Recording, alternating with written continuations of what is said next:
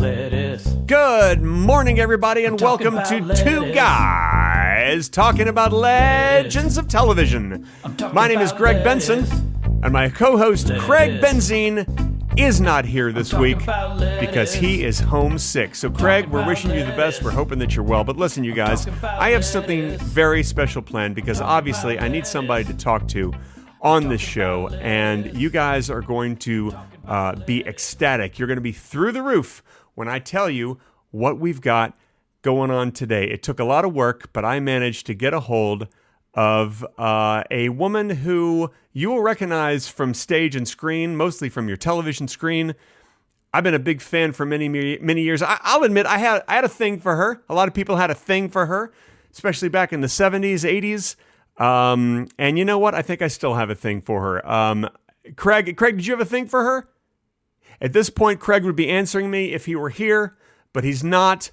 But I will tell you that Craig probably had a thing for her also. Guys, I'm so thrilled to introduce, you know her, of course, as Janet Wood from the ABC sitcom Three's Company, which ran from 77 to 84. Please welcome my special guest. I'm thrilled to have her, Joyce DeWitt. Hello. Hi, may I call you Joyce? Is that all right? Of course, that's my name. I am so thrilled to have you. Boy, you must have a good microphone. You sound like you're right here in my ears with me. Oh, I am. I'm in your ears with you. So you're. I was surprised. You seem like a Zoom master. Like you're already good at doing these interviews. Well, thank you. You know, since the pandemic, any work that I've been doing for voiceover and animation has been here in my booth. Well, that's terrific. Well, thank you so much for doing this. I hope that you'll agree it was totally worth the $20 appearance fee. I'm just thrilled to have you. I gave you a special deal. I really do appreciate that. We are big fans of yours. And, Three's Company, obviously a legendary show, but you've done all sorts of stuff. And I look forward to talking to you, getting to know you a little bit and hearing about your career and how you got there and what you've been doing since. And I know you've been very busy. But let's start at the beginning. I understand that you were you born and raised in Indiana? Is that right? Indianapolis? I was. I grew up in Speedway, Indiana. It's a suburb of Indianapolis. Okay. A little small town. And I was actually born in Wheeling, West Virginia, but I grew up in Speedway. I see. So you got part of that right. Okay. Yeah, I went to school there, went to high school, Speedway Senior High School. What sort of a town is Speedway like? What is Speedway like? Well, it's actually where the Indianapolis Motor Speedway ticket office is located. Oh, is that right? That's right. So, did you ever go to the Speedway? Did you ever go to the Indianapolis 500? Is that what it's called? I did. I actually worked there at the Indianapolis Motor Speedway ticket office. Oh, my goodness. That's how I know it's there. Yes. Oh, that's fantastic. Now, I understand that you are Italian. Is that right? Yes. Italian descent. That's but you, me. Of course, you weren't born there, but both parents, one parent is Italian? Yes. One parent is Italian. That's correct. How did you know that? I was just guessing. Tell me what sort of things you did as you're growing up. What might have gotten you into acting? Were you really interested in drama or in speech? What sort of things were you into? You know, I didn't know what I wanted to do when I was, grown up, quote unquote. But did I ever really grow up? But I was interested in speech and debate, and I competed in that in high school in the High School Forensics Association. Okay. And I got my bachelor's degree in theater, though. I at that point got interested. Where'd you go to college? I went to Ball State University. That's not a joke. Oh, okay. There really is a university called Ball State University. Well, what city is that in? That is in. And believe it or not, it's in the university. It's at the University of California. Oh. That's I'm sorry. Ball State University is located inside the University of California? That's right.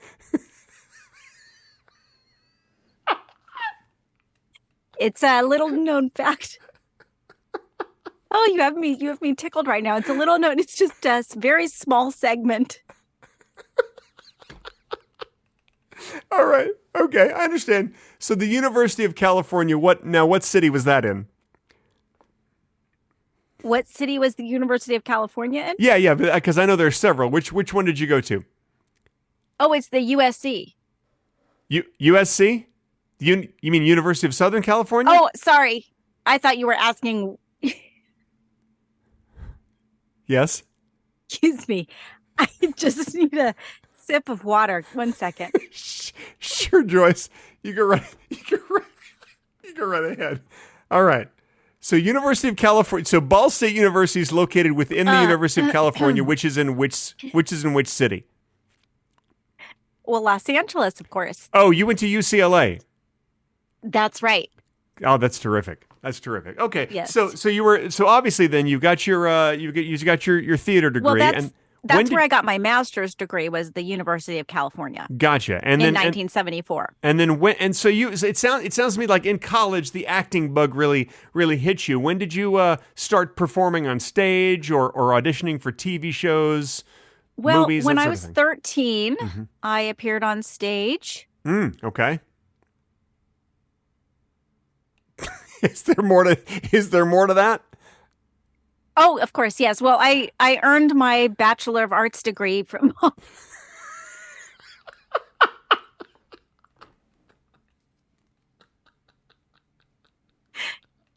Ball State University, as I said.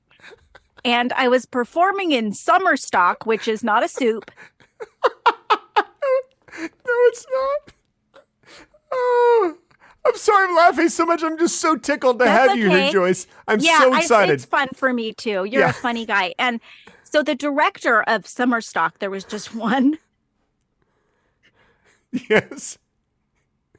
He convinced me to enroll in UCLA's Department of Theater at the MFA program. Okay, I understand. And again, I wasn't sure where this was leading, but I was awarded the Master of Fine Arts Fellowship as well as the Clifton Webb Scholarship, which a lot of people don't know about.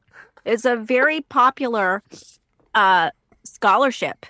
And then while I was attending UCLA, I worked as a secretary. Until my television debut. I did a debut on the episode of Beretta. Now, I understand that you were mentored by the actor Abe Vigoda. Is that true? Actually, that is a rumor. Okay. I never said that. We never met, actually. Oh, you actually never met Abe Vigoda. That's too bad. I was a big Abe Vigoda fan. Right, and I have no idea where that rumor started or why. Maybe Abe Vigoda started it. I just actually got a notification that Ball State University is located in Muncie, Indiana. Is that not? That's right. Did I not say that? You said that it was actually located within the University of California. Oh, I'm sorry. I misunderstood your question. Okay, I understand it. So Ball State University, that's the one that has the 2 satellite facilities, right? Sure. Yeah. What cities are the satellite facilities located in? Well, we're not supposed to talk about that because they're satellites and they're highly protected. Oh, not that type of satellite. They're just different locations. Right. Inside the city that you just said where they were located. What city is that? The city where Ball State is located. In Muncie, Indiana? Muncie, Indiana. Mm-hmm. Right. Yeah. It has. We just said that at the same time. I see that the 2 satellites were in Fishers and in Indianapolis, Indiana. Right. That's correct. Okay. I couldn't say it out loud, but since you did, okay, we'll let you take the responsibility. All right. So you were out of college, I understand, only a few years before you booked the role of Janet on Three's Company, the legendary sitcom. How did you go about getting that job so quickly out of college? Well, that's a good question. And it all happened so fast. I actually I appeared in an episode of Finding Love's. Actually, it's called Finding of Lost Loves in 1984. Are you referring to Finder of Lost Loves? Yes. Okay. And I just thought, I'm gonna quit acting for a couple years. Well, hang on a second. Now, you Mm-hmm. appeared on that show Finder of Lost Loves in 1984. That was after Three's Company ended. Right. I was talking about like what led to you actually getting the role of Janet in 1977 on Three's Company. Oh, right. Well, that was an audition. Uh-huh. And it was. Tell me more. Give me some details. What studio did you go to? Who did you meet with? Like, what was it like auditioning for Three's Company? Mm-hmm. Well, it was nerve-wracking, of course. Mm-hmm. And my family would say things like, "Why aren't you on TV?" Uh-huh. And I said, "Well, it's not that simple. You have to audition. You have to do what is called a network test." And at that time, they had already cast Suzanne Summers. They'd already cast Suzanne. Okay. In Who's her terrific, role. by the way. I still have a Thigh Master. Yes, she is. Yeah. She's got a lot going on. Yeah, terrific. And they wanted someone who could play opposite her and Jack. They were both they wanted more of a straight person. And I knew that, and I thought, well, I'm usually the funny one, so I'm not sure how that's going to be accomplished, but I did. It was a very well written, very, very funny show, and just the chemistry worked with the three of us. That's terrific. You, Suzanne Summers, and of course, legendary comedic actor, legendary John Ritter, who is just a love. You know, I've never. He's one of those actors you never hear a bad thing about. Was he a joy to work with, as everyone says? Absolutely. Absolutely. A complete joy. And funny. It was so hard not to laugh when he was saying his lines. And of course, he was such a great, he just was so great at the physical comedy and pretty much everything. Oh. Very talented. Well, that's terrific. Yeah, we're big fans of John Ritter. I was lucky enough to meet him once, and he couldn't have been nicer. Just ran into him at Jerry's Famous Deli on Ventura Boulevard. Did you ever go there? I have. Yeah. Even though you're a vegetarian? Mm-hmm. Are you still a vegetarian? I dabble. Yes. You dabble in vegetarianism? I do. Mostly vegetarian? Well, I go in and out. I like to say that my brain wants me to be a vegetarian, but my body does not want. I get very hungry very often. Oh yeah, I understand that. When I'm a vegetarian. Yeah, I understand that. All right, so good. So what was it like to work on Three's Company? Really one of the hottest sitcoms for 7 years straight. What was your lifestyle like? What was it like when you went out in public? If you're referring to my arrest in 2009, I'll just talk about it very briefly. No, I wasn't referring to that. I'm referring to what your life was like in 1977 through 1984 while you're working on the show. I didn't even know you were arrested. I see. Well, then let's talk about the show. Yeah, what my life was like. Yeah, why don't you answer the question that I asked? Maybe we could start with that. Okay. Well, let's see. It was mostly great. It was tricky sometimes to go out in public, because when you're on the most popular television of your time, it's hard to even do things like go out and get a cup of coffee. Of course, Absolutely. There was no Starbucks back then, but sometimes you still wanted to go out and get a cup of coffee. It wasn't as delicious, the coffee. Often it was bitter. Where would you go for coffee back in the late 70s? Oh, let's see. We would go to Jerry's Deli. Mm-hmm. Yeah, the one that I mentioned, yes. Right, the one you mentioned. We would go to the Nosh in Beverly Hills. Okay, sure. We would mostly go on set where the coffee was terrible. But speaking of set, like on that set, you worked with some of the greatest directors in television in the 70s. Who was your favorite director to work with on that show? Oh, gosh. My favorite director would have been, oh, there's so many. Just name one. If you get one of your favorites, just name one. One of the many directors you worked with. Mm-hmm. I would say Rod Sterling. I'm sorry, Rod Sterling? Yeah, yes, he really wanted to be a director. Yeah. And Was this the guy from the Twilight Zone? yes, yes, it That's was his that's dying wish that to direct an episode of Three's Company. that's Rod Serling. So if you worked with Rod Serling, that's someone else. Okay.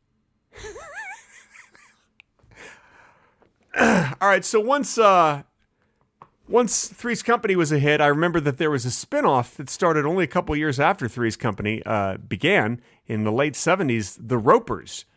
Did you ever appear? Yes, Did you ever appear as yourself or as Janet, I should say, on I did. on I the? played Janet in a 1979 episode of the spinoff series, The Ropers. That's terrific. Please, I'm sorry. Remind me the names of the two actors who played Mr. and Mrs. Roper. What were they? What were their names? The ones you worked with for many years. Yes, that was Carol Paxi Okay. Okay. and Franz Livenhouse.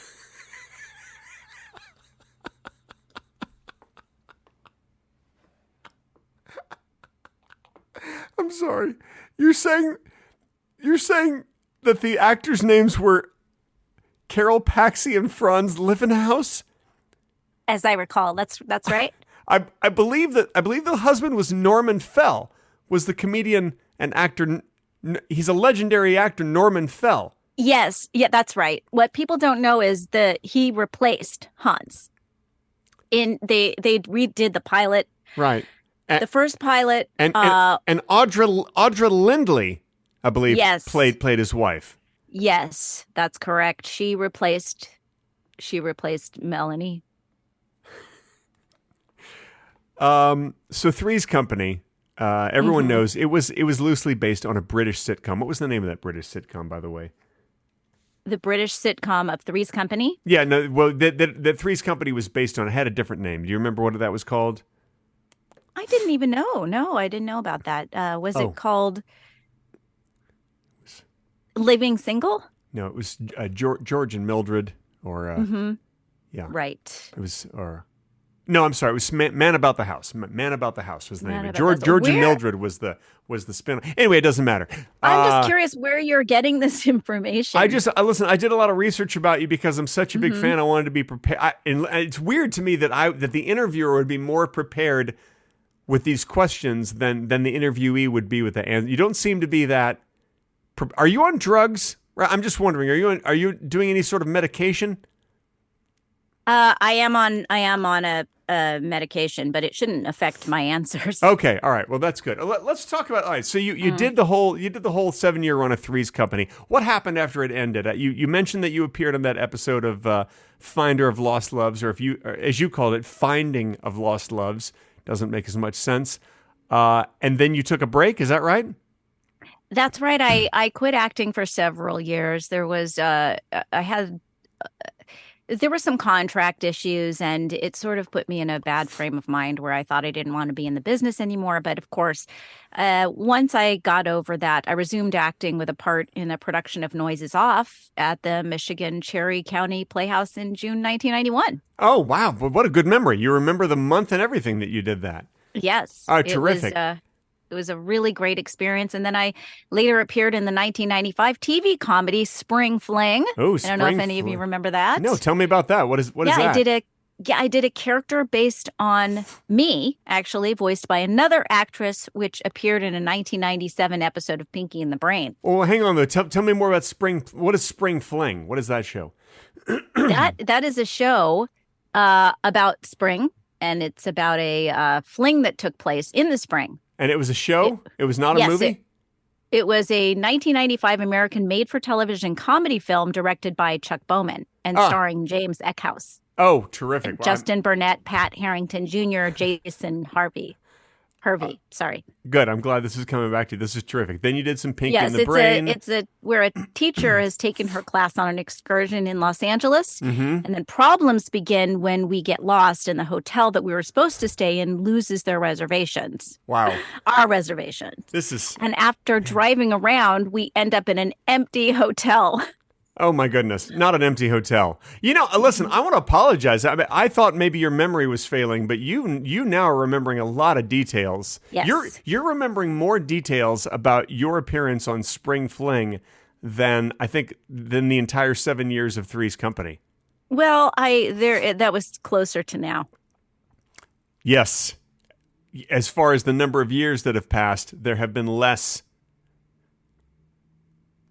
Fewer years. That is correct. Correct. Fewer Yes. years. All right. And I understand Yes. then you also appeared on Sybil. You did a cameo on Living Single. Correct. Tell me about Hope Island. I understand that you also appeared on Hope Island. What was that like? Yes, that was an American drama series that originally aired on PAX TV from September 12th, 1999 until April 3rd, 2000. Is that funny? It was based on... How do you know off the top of your head, how do you know those dates? That's amazing. Look, I have to tell you, the years of prior to that, the years that I was doing Three's Company, where there were some hard years on my mind. And have you seen Severance? Yeah, I did see Severance. Show? Yeah. So I had part of my brain removed to forget about the years that I was doing. Gosh, it's weird because I feel like if that were true, I would have read about it on your Wikipedia page. Yeah. I don't talk about it a lot, but yet I try not to focus on those years. Sometimes it was a bit painful. Suzanne did get all the attention. My parents would say, "Why aren't you the sex symbol? Why always Suzanne?" And, I thought I was a pretty hot piece of ass back then. Oh, no. Oh, you're totally hot. I'm sure you're still a totally hot piece of ass. Thank you. Let me ask you this. Did people ever compare you to Marianne? Like you're the Marianne to Suzanne Summers Ginger? Because that's... Yes. Yeah. Yes, often. Yes. And it was, and they did not want me to be sexual at all. They made me very conservative. I remember you used to wear potato sacks on the show. Yes. They would do everything they could to make sure that I was the smart one and not the sex. Back then, you were the smart or the sexy one. You couldn't have both. Couldn't be both. No, yeah. Correct. Usually you didn't have both, which is funny because I understand Suzanne Summers is a brilliant person. She is. She's a brilliant businesswoman. Yeah. Listen, you don't just come up with the Thigh Master, without having some brains in your brain hole. Correct. Yeah, as they say. All right, good. All right, so you did a lot of television. Tell me what's been going on lately. What are you focusing on now, and how are you exercising your creativity? Well, I'm doing a lot of stage, a lot of theater. I played Mother Superior in a stage production of Nonsense at the Huntington Hills Playhouse in New Jersey. That was a lot of fun. Cool. What city in New Jersey was that? The city of New Jersey. Oh, it's the city of New Jersey, New Jersey? That's correct. Okay. I didn't I mean, do you mean Jersey City? Is it in Jersey City, New Jersey? Yes, Jersey City. Okay. All right. Fair enough. I do a lot of charity work. I participated with members of the House and the Senate in Capitol Hill at the Capitol Hill Forum. Promoting hunger and homelessness. I'm sorry. Listen, I hate to interrupt. I'm just getting a notification that the Huntington Hills Playhouse is actually located in Hampton, New Jersey. Is that what you meant? Is that not what I said? You said New Jersey, New Jersey, and then you corrected yourself to Jersey City, New Jersey. And now do you want to correct it to Hampton, New Jersey? It was Hampton. You said Jersey. I just wanted to agree with you. I didn't want to embarrass you. I'm sorry. Yes, it's Hampton. It's what you just said. Okay. Hampton, New Jersey. Yes. Okay.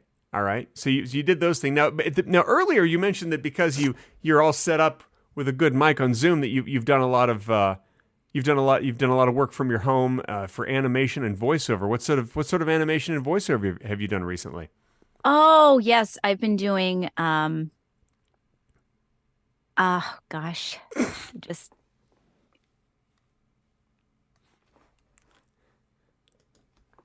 I'm trying to figure out what I'm allowed to talk about because, the non-disclosure agreements are very hefty. Sure. Does this have anything to do with your 2009 arrest? So now you want to talk about the arrest? I mean, if you'd like to share it, if you'd like to share that, sure, we'd love to hear about it. Tell me what were the circumstances around your arrest? Well, I was arrested in El Segundo, California. Mm-hmm. I was cited for drunken driving. However, I was not drinking while I was driving. Mm-hmm.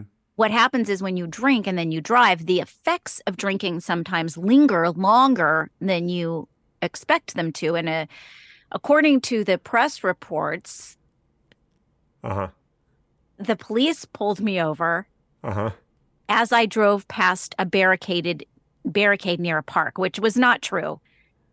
There was no barricade. It was like one of those speed bumps, and there may have been a sign. And it doesn't, it doesn't say on your Wikipedia page that you drove through a barricade. It does say that you drove past a barricade, which is totally different.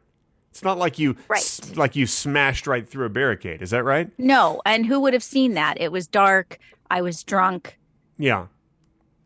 And I understand the officer that arrested you said that he observed. What did he observe? He had observed that I had signs that I'd been drinking. And he administered. And he had failed a sobriety test. And then you were booked. So I was booked. You were booked at the police station. You were cited and released on my own recognizance. Okay, all right. I see what's happening here. Are you just reading from your own Wikipedia page right now? Have you just been referencing your own Wikipedia page this whole time? I get nervous when I'm interviewed, and sometimes it's best for me to just glance down so I can look at dates and important details, like Ball University, that's located in California. It's not located in California. What city is it located in? The one that we had discussed earlier. Which one was that? What's it called? What's the name of it?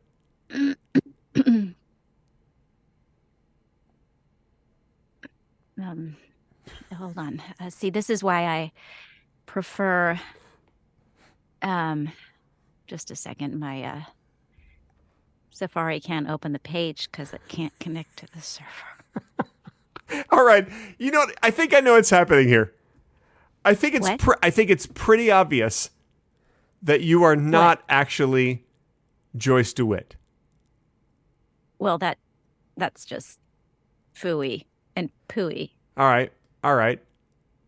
Okay. I feel like you're pretending to be Joyce DeWitt, but you're not actually the real Joyce DeWitt. And I'm a little confused at this point as to who you actually are and why you're on this Zoom with me. Well, I'll tell you this. My Joyce DeWitt, who name is very similar to mine in that they both have a J and a W, J in the first name and a W in the last name. So therefore, I am Joyce DeWitt. I mean, is that what? Let me just ask you this. Yeah. If you were to go pull out your driver's license, take a look at your driver's license, what would the first and last name on your driver's license be? The first name, of course, would be Julie Joyce. And the second one would be Whitner DeWitt. Julie Whitner, Joyce DeWitt. So what I'm hearing is that you're Julie Whitner. Joyce DeWitt. What I'm hearing is that you're actually Julie Whitner. Julie Whitner. I feel like what you're doing is you're making a mockery of this whole podcast situation.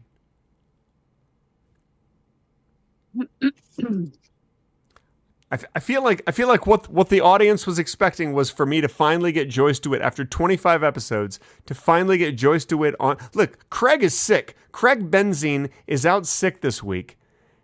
Can I eat now? What are you eating? I'm sorry. I'm really hungry. How long have we been talking? Just about 30 minutes. What are you eating? I'm having some almond pretzels. Almond pretzels? Mm-hmm. Who makes almond pretzels? Why would you eat almond butter? Almond butter? Almond butter You're eating pretzels. almond butter? You're just eating a Pretzels. spoonful of almond butter? Pretzels. Almond butter pretzels. I don't really know what to believe. Oh, my God. First you're Joyce DeWitt, then you're Julie Whitner, who I must say is actually a friend of mine who I asked to be on this podcast today, pretending that she was Joyce DeWitt, and now you say you're eating almond butter pretzel. I don't know what to believe. I don't know what to believe. I'll tell you what. Here. Yeah. I'll tell you what, Greg Benson. Yes. That was really hard. What was hard? It was really hard pretending to be Joyce DeWitt. It was really hard. You asked me a lot of really hard, pressing questions. I asked you simple things that Joyce DeWitt would have known, and if you were really Joyce DeWitt as you were supposed to be, then you would have been able to answer those questions. If you're such a dedicated actress, I don't understand why you couldn't just be Joyce DeWitt for this interview. You know, you had to be yourself pretending to be Joyce DeWitt. You couldn't actually become another person like I asked you to be.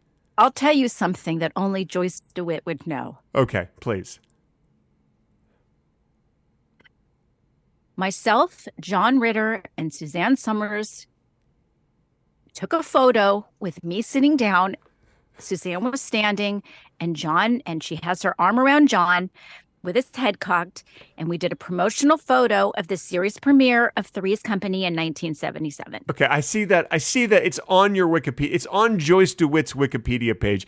I feel like that's all the research that you did for this interview was you just opened up Joyce DeWitt's Wikipedia page, as I have done, and I'm asking you leading questions, and then you're just sort of going in order and answering things. I will tell you something that only Joyce DeWitt would know. Yeah, please. My years active were between 1962 and 1984, and then 1991 to present. Okay. Yeah, I mean, I don't feel like only she would know that because it says that also on your Wikipedia page. Are you also going to let me know what you're most known for? What are you most known for? I am most known for Three's Company, and I played Mother Earth on Beretta in the episode Sharper Than a Serpent's Tooth. Who would know that information other than Joyce DeWitt? All right, okay, no, you got me there. All right, okay. I'm starting once again to think that you might actually be Joyce DeWitt. But I listen. What year was that you were on Beretta? 1975. It doesn't matter. It doesn't matter. Look, the jig is up. I feel like there's really no reason to go on because it's already been revealed who you actually are. And you know what, Julie? You should be ashamed of yourself. You have ruined. This is the 25th episode of any podcast is a milestone, and it's supposed to be a special moment between two co-hosts. And not only did you make my co-host terribly sick this week, so sick that he couldn't do this episode, but then you came on and you made a mockery of the whole situation.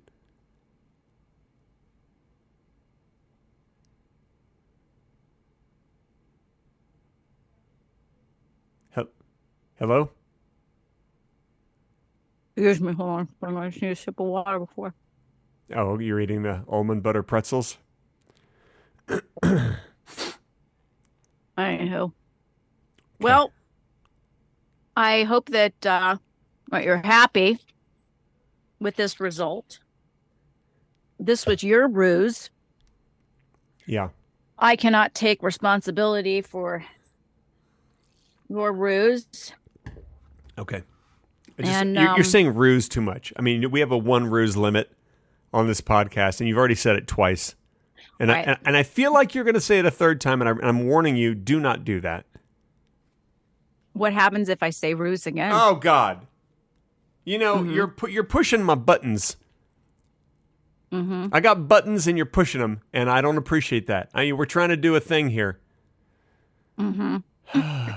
All right. Who am I going to be next week?